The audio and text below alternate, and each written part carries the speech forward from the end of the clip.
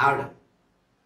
हम लोग इसके पहले हम लोग प्रीपोजिशन प्रोनाउन, इसके पहले हमने बताया कि इन बिगिन में अंतर और इन आफ्टर में अंतर।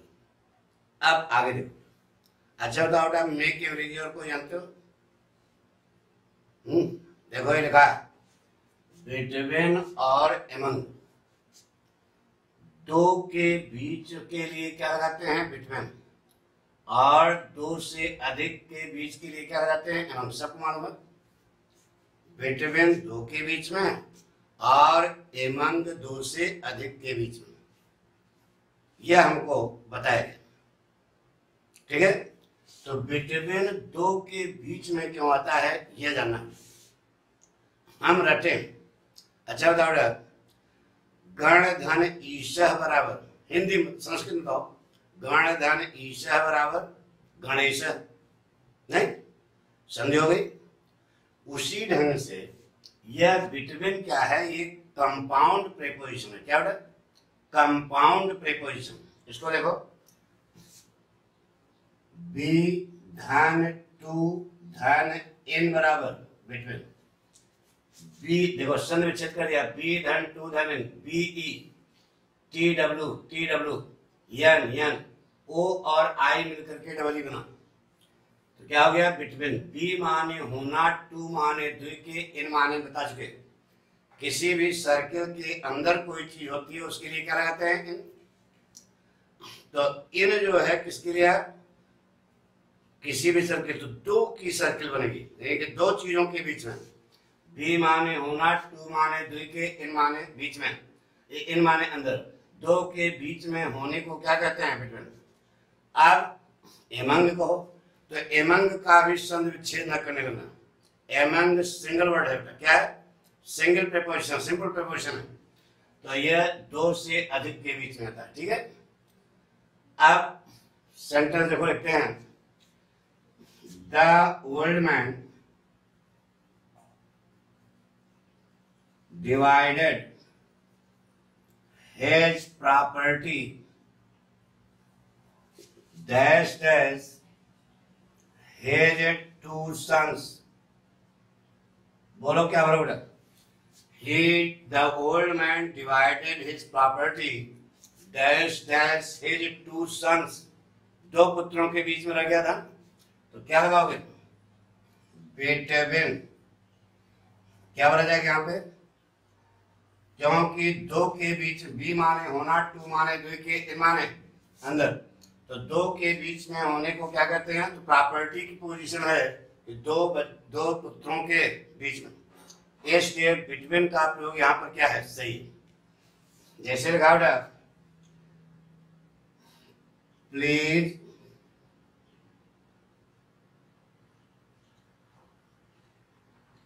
डिस्ट्रीब्यूट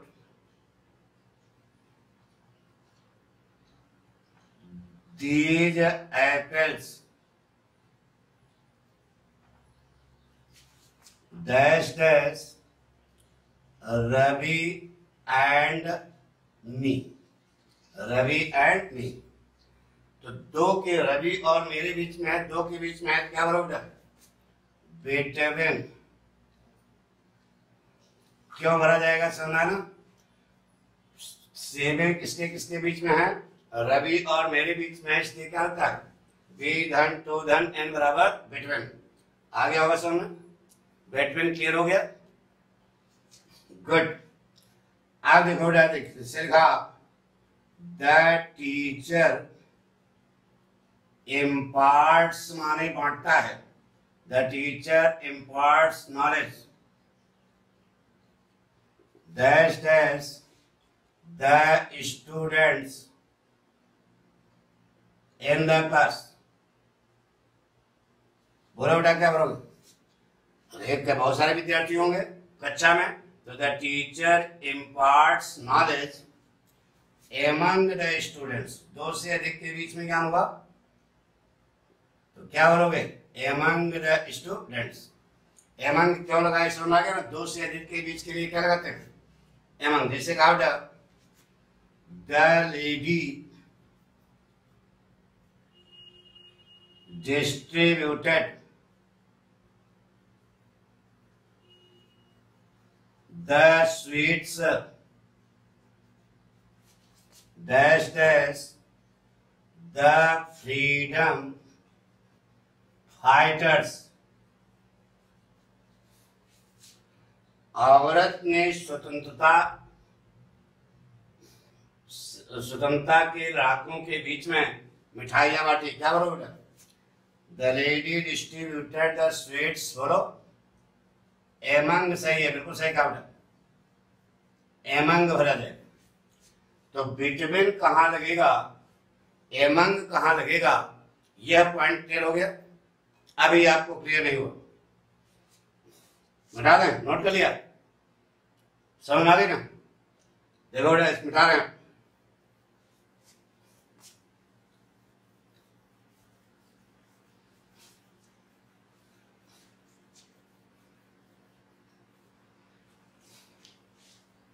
ऐसे कहा बेटा, आप बताओ, आप आ गए आपको समझने तो बताइए क्या भरा जाएगा। ए बी माने एक मधुमक्खी was closed dash dash the petals of a flower। यह वाक्य है। एक मधुमक्खी फूल की पंखुड़ियों में बंद हो गई, ये लिखा बेटा। तो बताइए यहाँ पर क्या लगा? एक फूल है, उसमें दुई पंखुड़ी होगी क्या? बहुत सारी पंखुड़ियां होंगी, तो क्या लगा बताओ?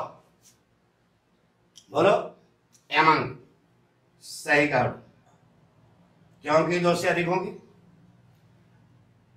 एमंग हमने लगा दिया बेटा आपके कहने पर, लेकिन यह आपका वाक्य गलत हो गया। अब लड़के ने प्रश्न किया, गुरुजी क्यों? एक ग्रामेटिशियन हुए निस्फेल्ड, उन्होंने यह वाक्य लिखा कि A B was closed between the petals of a flower.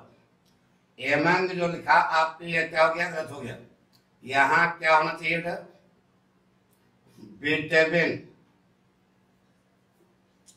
अब लड़का जानना चाहता है, गुरुजी निस्फेल्ड ने लिख दिया, यहाँ बिटवीन लगेगा। वह जानना चाहता है कि बिटवीन क्यों आएगा, ये बताइए। अब कल्पना करो, एक मधुमक्खी है, फूल की पंखुड़ियों में बंद हो गई। तो बताइए बेटा, एक मधुमक्खी गेंदा के फूल में बंद होगी क्या? बोलो नहीं बंद होगी। पूछो क्यों? इसलिए कि गेंदा का फूल बंद ही नहीं होता।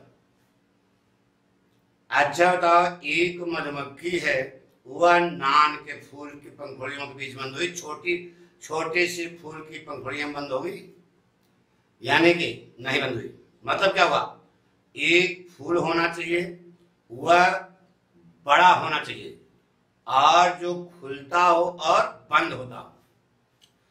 एक फूल होना चाहिए जो खुलता हो और बंद होता हो, थोड़ा बड़ा फूल होना चाहिए ना बेटा। तो हमको दो फूल मालूम है, लिली और लोटस, कुमुदनी का फूल और कमल का फूल, ठीक है। तो अब कल्पना करो, एक कमल का फूल है, कमल का फूल है, समझाना पड़ेगा। एक कमल का फूल है, कमल का फूल देखे होगे? अरे यार ओरिजिनल नहीं देखे होगे, टीवी भी देखे होगे ना। एक कमल का फूल है, उसमें एक मधुमक्खी जो है बंद हुई। आइए देखते हैं। कमल का फूल ऐसे होगा, नीचे पंखुड़ी पतली होगी, ऊपर पतली होगी, बीच में क्या होगी? मोटी होगी। पंखुड़ियां बीच में कमल की क्या होती है? मोटी होती है। तो मधुमक्खी उस पर कैसे बंद होगी? जब बैठेगी तब बंद होगी। तो बताइए, मधुमक्खी कमल के फूल में बंद हुई, ये देखो बीच में तलहटी में जाकर बिल्कुल नीचे बैठे क्या? नहीं बेटा, नीचे से पराग होगा। क्या होगा? कमल का फूल कल्पना करो, और उसमें नीचे से पराग होगा, उसी पराग पर वह बैठी होगी। तो जहां पर पराग होता है वहां पंखुड़ियां मोटी हो जाती हैं। क्या हो जाती है? आइए, तो कमल के फूल में मधुमक्खी पराग पर बैठी है, मधुमक्खी बंद हुई, कमल का फूल जो है बंद हुआ तो मधुमक्खी बंद हो गई। तो बताइए कितनी अंतिम लेयर में बिल्कुल कितनी पंखुड़ियों के बीच में होगी मधुमक्खी? देखो 2 पंखुड़ियों के बीच में होगी। यह मधुमक्खी है, कितनी पंखुड़ियों के बीच में होगी? नीचे पतला होगा पंखुड़ी, ऊपर पतली होगी, लेकिन जहां पर पराग होगा वहीं पर बैठी होगी, तो वहां पंखुड़ी क्या होगी? मोटी होगी। तो 2 पंखुड़ियों के बीच में मधुमक्खी की पोजीशन क्या है? 2 पंखुड़ियों के बीच में ऊपर से दुनिया भर लपेटे रहो, इससे कोई फर्क नहीं पड़ता। पोजीशन किसकी बताना है? मधुमक्खी की पोजीशन कहाँ है? 2 पंखुड़ियों के बीच में। तो जब 2 पंखुड़ियों के बीच में हो गई तो वहां पर बिटवीन लगे। नेस्टेड या किताब में नहीं लिखा, वो तो सोचना पड़ेगा कि उन्होंने बिटवीन क्यों लगाया। उन्होंने कहा यहाँ एमन गलत है, क्या होगा? बिटवीन होगा। तो बिटवीन क्यों होगा वो समझना गया? क्योंकि मधुमक्खी जो है अंतिम लेयर में बिल्कुल नीचे 2 पंखुड़ियों के बीच में होगी, ऊपर से और भी पंखुड़ियां लपेटे रहो, उससे कोई फर्क नहीं पड़ता। यह कारण है कि यहाँ पर एमन का प्रयोग गलत है। क्या होगा बेटा? बिटवीन। समझ आ गया ना? रटे कि समझे? Concept clear? क्योंकि यह जो सिद्धांत है गण धन ईशा बराबर गणेश, तो बी धन टू धन एन, कंसेप्ट यही है। एक चीज हम बताएं बेटा, जितना भी हम आपको बता रहे हैं इसका मूल अर्थ बता रहे हैं। तो जब मूल अर्थ आप समझ जाओगे तो दिमाग तो आपका है, आपके पास है, आप उस दिमाग को चलाइए तो पता लगेगा कि सच्चाई क्या है। सच्चाई समझ आ गई? जैसे कहा बेटा, there is cooperation dash dash the 3 families.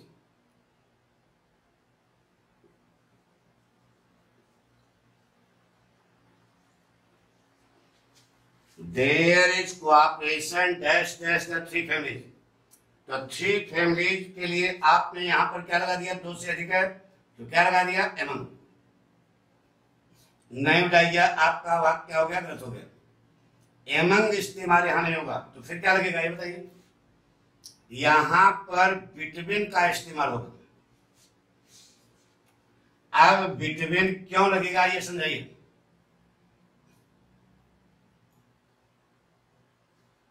क्या सही होगा बेटा? बिटवीन। यह बिटवीन क्यों लगेगा ये बताइए गुरु जी, जानना चाहोगे? अच्छा बताओ बेटा, कोऑपरेशन माने सहयोग, कोऑपरेशन माने, अरे इसको सही से लिखो, कोऑपरेशन सहयोग। अच्छा बताओ बेटा, को एजुकेशन माने क्या होता है? सह शिक्षा। सह माने जहां पर दोनों लड़के लड़की दोनों जो है पढ़ते हो, दैट इज कॉल्ड को एजुकेशन। तो यहाँ कोऑपरेशन है। कोऑपरेशन माने सहयोग, मतलब केवल 2 के बीच में होगा। 3 फैमिली हैं, एक यह तीनों परिवार हैं, तो इनका सहयोग इनके साथ होगा, इनका कोऑपरेशन इनके साथ होगा, इनका कोऑपरेशन इनके साथ होगा, इनका कोऑपरेशन। कोऑपरेशन का मतलब केवल 2 में जो सहयोग होता है। तो चूंकि शब्द ही ऐसा लगा है, यहाँ शब्द ही ऐसा इस्तेमाल किया गया है जहां पर केवल किसका क्या भाव होगा? 2 का भाव होगा, इसलिए यहाँ पर बिटवीन का प्रयोग सही है। एमंग जो 3 फैमिली, 4 फैमिली, 10 फैमिली लगा दो, इससे कोई फर्क नहीं पड़ता, क्योंकि ये शब्द की कलाकारी है। शब्द यहाँ पर बता रहा है केवल 2 के बीच में, इसलिए यहाँ पर बिटवीन का प्रयोग होगा। बताया ना, को एजुकेशन, जहां जहां ये को लगा है इसका मतलब क्या होता है? 2 के बीच में। जैसे कहा there is alliance dash dash the BJP comma the Shiv Sena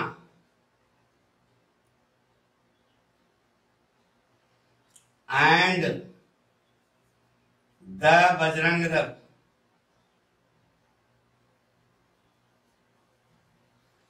ये 3 जो है हो गए, 3 हो गए, क्या लगा बेटा? एमंग। क्या लगाओगे यहाँ पे? एमंग। आपने जैसे एमंग लगाया वैसे आपका वाक्य क्या हो गया? गलत हो गया। अब प्रश्न हुआ गुरु जी 3 है तो एमंग होना चाहिए? नहीं बेटा, यहां पर बिटवीन का इस्तेमाल किया जाएगा। क्यों? यह हमको जानना है।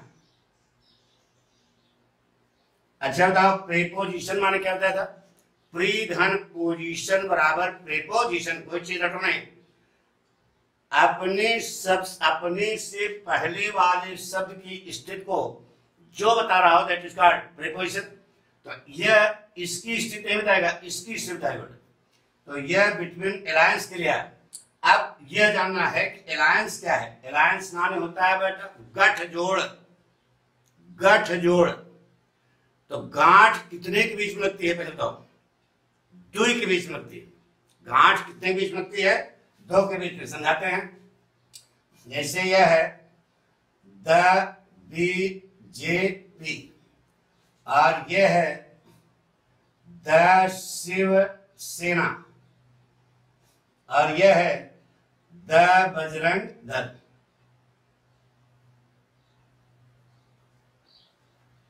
यह अब देखिए गठजोड़ किसके किसके बीच में है? द शिवसेना द बीजेपी के बीच में गठजोड़ है। द बजरंग दल द बीजेपी के बीच में गठजोड़ है। लेकिन शिवसेना इसका और इसका गठजोड़ है क्या? बोलो। नहीं है। तो इसका मतलब गांठ कितने के बीच में लगी है? केवल 2 के बीच में लगी है। इसलिए यहां पर एमंग का प्रयोग गड़बड़ है। क्या होगा? बिटवीन का। तो यह कंसेप्ट आपको क्लियर हुआ कि बिटवीन 2 के बीच में। तो यह शब्द पर भी ध्यान देना। कभी कभी आपके कंपटीशन में इस प्रकार के शब्द पूछ दिए जाते हैं और लड़का यहाँ 3 फैमिली, यहाँ 3 पार्टियां, ये सोच करके एमंग लगा चलाता है। यहाँ पर पंखुड़ियों के बीच में है तो एमंग लगा चलाएगा। लेकिन नहीं, आपको कंसेप्ट क्लियर करना है कि बी धन टू धन एन बराबर बिटवीन 2 के बीच में होने को क्या कहते हैं? बिटवीन कहते हैं। इसलिए बिटवीन यहाँ पर सही है, यहाँ पर एमंग का प्रयोग गलत है। बात समझ आ गई? सारे मैटर क्लियर हो गए बिटवीन और बिटवीन के बीच में। इसके बाद अगले एपिसोड में हम आपको